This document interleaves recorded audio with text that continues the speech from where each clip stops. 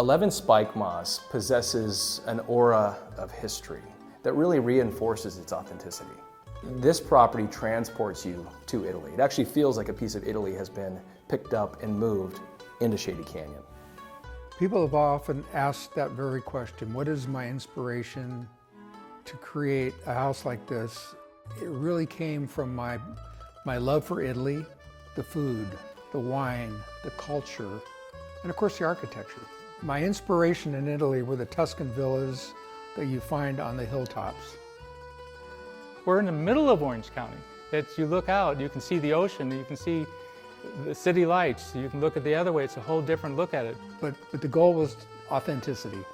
He said, I just purchased the best property in Shady Canyon. Shady Canyon is one of the most picturesque, exclusive enclaves in all of Southern California. He knows what he likes, especially when he sees it, and so it made it easy for me. As soon as I drove out here and I could see the property, it's off at the end of a cul-de-sac, off on a hill by itself, surrounded, and there aren't any houses that are really close by. Immediately jumped on an airplane, went to Italy for a couple weeks, took a million pictures, came back. As you enter those gates and drive into the courtyard and meander through every part of the home, you're just overwhelmed by just different emotions. An Italian hill town often has a very narrow gate, and there's a pedestrian gate, and then there's a motor gate. It's narrow at the beginning.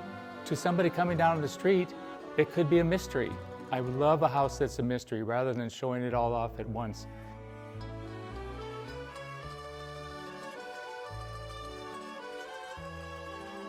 He would like to have had this house be built from a pile of old rubble in the backyard, old bricks, old stone, old broken tile. He wanted to see that. Authentic ingredients.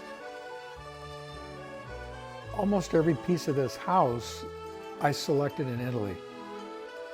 There were over 100 containers shipped from Italy containing reclaimed materials that you see displayed throughout the entire property. Probably 250 beams, all these arches. There's so much framing and specialty framing up above all this. Was antique hand-wrought iron, actually hand-wrought iron, hundreds of years old, that Tommy found in Italy. The water well from San Gimignano, which is a treasure to get out of the country.